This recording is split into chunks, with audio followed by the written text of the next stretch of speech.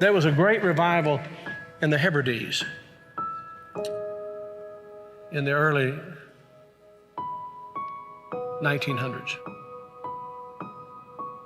Began to moved up to the pleading for it into the 40s. Maybe we could say it topped out in the early 50s. Two old women, one was 84 years old and one was 82 years old. One was blind and one was humped over so badly with spinal stenosis, just arched over. But they had passion for revival. They wanted God to work. This is what happened. They couldn't even get out to the church to pray. They couldn't even get out to the church to worship.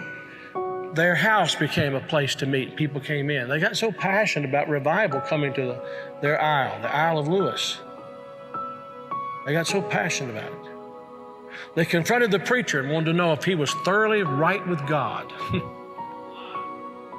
And they prayed and prayed and prayed. And they'd seen the Lord, they said, with the church filled up and God blessing, a great overflow.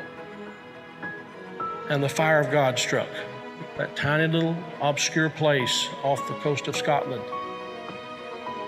And when it happened, there was a young teenage boy that got saved in it.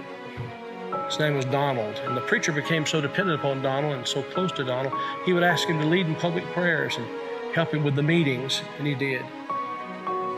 Oh, how God worked. People began to hear about it, and the revival fire spread. It spread.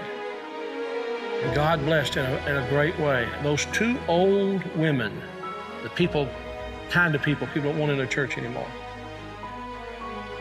And from that same island, there was a young girl who was a cousin to Donald Smith, who immigrated to America. Her name was Mary Ann Smith McLeod. She came to America in 1936. She met a man named Fred, and they were married. They fell in love. They were married. God blessed in a great way. And those old women were her aunts. And they came out of that fiery revival, They really experienced revival.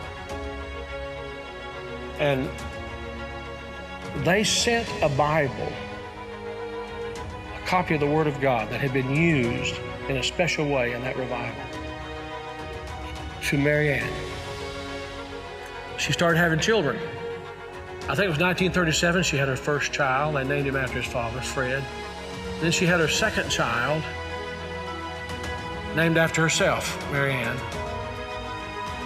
Then she had her third child, Elizabeth. Then she had her fourth child, and she was so impacted by this teenage boy God had used in that revival of the Hebrides. She named him Donald. And she gave him that Bible, the Hebrides Revival Bible. He was born in 1946. He's now the 45th President of the United States. And that revival Bible is in the Oval Office. I'm saying to you, I don't know how, why, I don't know how it all comes together. But I believe God is putting some things together to give us just a window. If he could find some open people who know what the window's for. Can this be the time the window's open? Providentially, God has prepared the moment, and we will become the people of prayer, pleading with God. This is a plea. Will thou not revive us again? Will you be a part of that? Will you?